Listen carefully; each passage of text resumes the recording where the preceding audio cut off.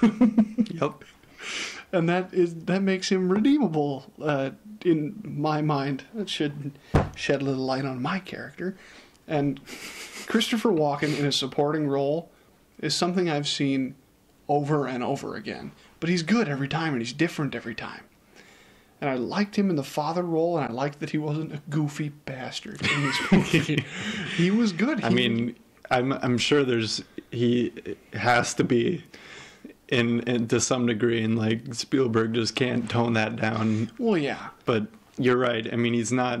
This is obviously a role that he took seriously to a point. Yeah, he's not the antagonist in the Country Bears in this movie.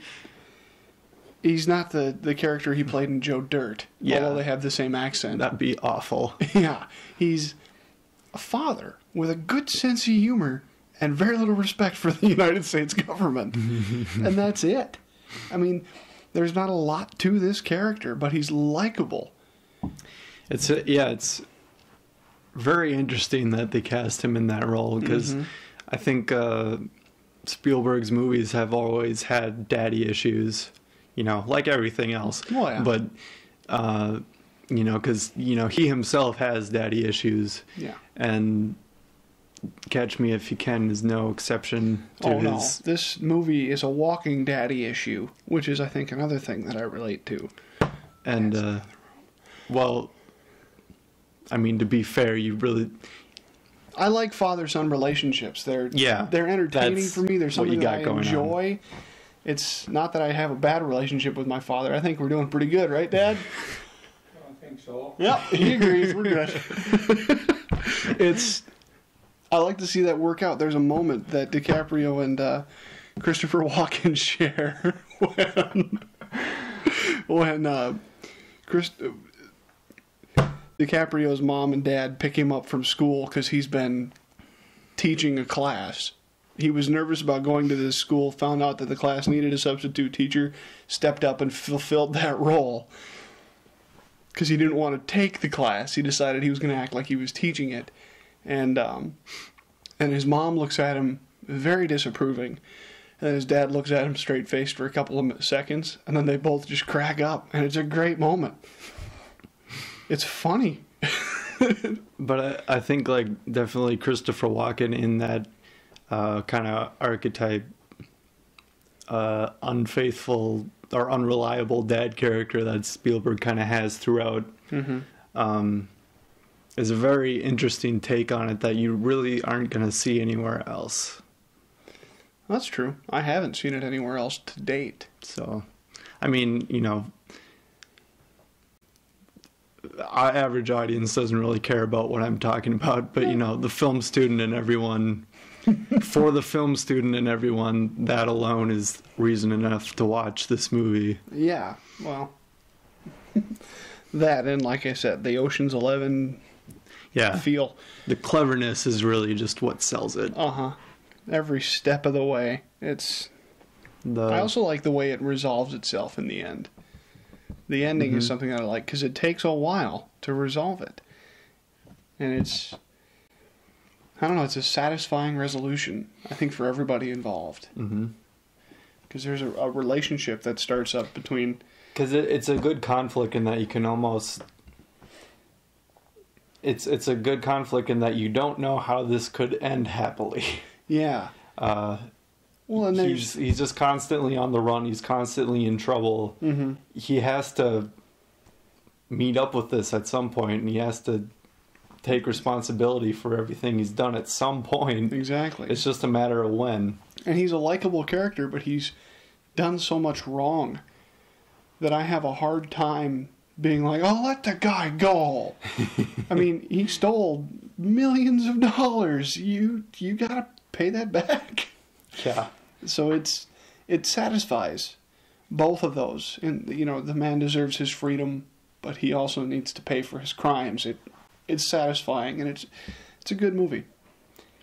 Yeah, the resolution is really believable in that the character is just kind of like, yeah, I'll be straight now, and Oh, and it helps that his work interests him. Yeah.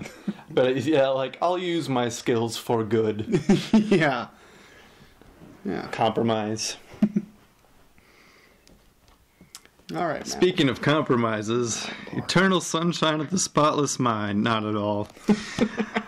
I think this movie, like, I don't think there's, like, a creative compromise anywhere in this movie. There probably are, but I mean, in terms of what a director directing, like, Spider-Man 3 would have to go through. I hope Sam Raimi hears this. He will.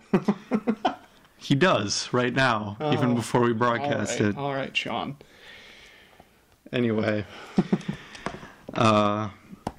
Yes, my number 3 is Eternal Sunshine of the Spotless Mind, directed by Michel Gondry, written by Charlie Kaufman, starring Jim Carrey and Kate Winslet.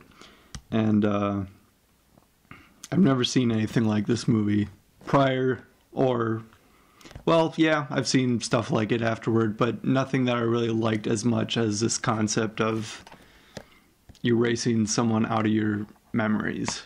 And I've never seen it, so you're gonna have to talk me through this. All right. Well, I will give you a brief summary. Hey.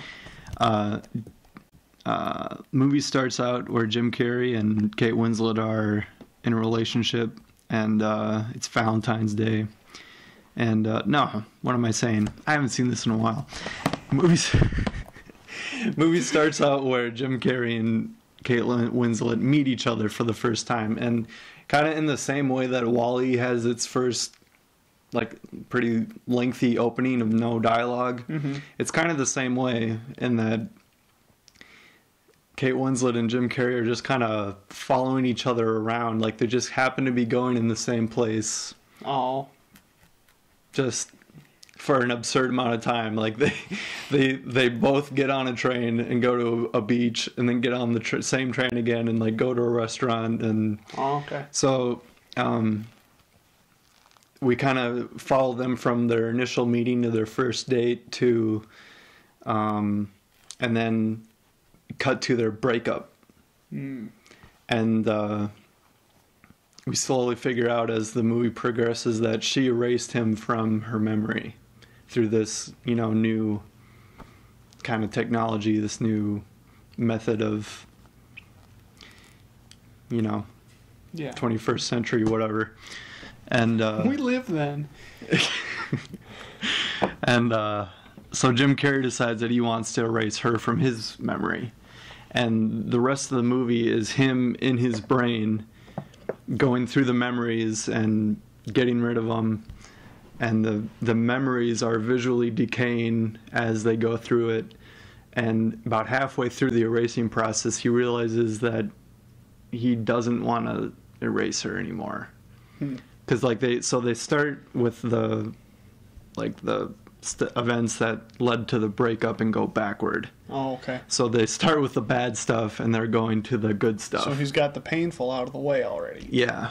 That's an issue. So the conflict is he's trying to figure out a way to stop the erasing procedure while he's unconscious, and he can't really do a thing about it. Yeah.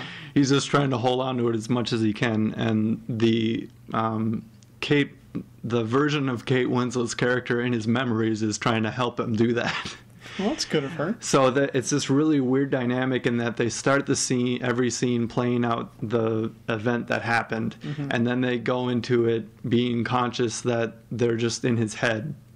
And then there's this subplot of the people that are erasing his memories, which are really like college interns that really don't know what they're doing and aren't acting. They have no reason to act professionally because the client is passed out before they get there.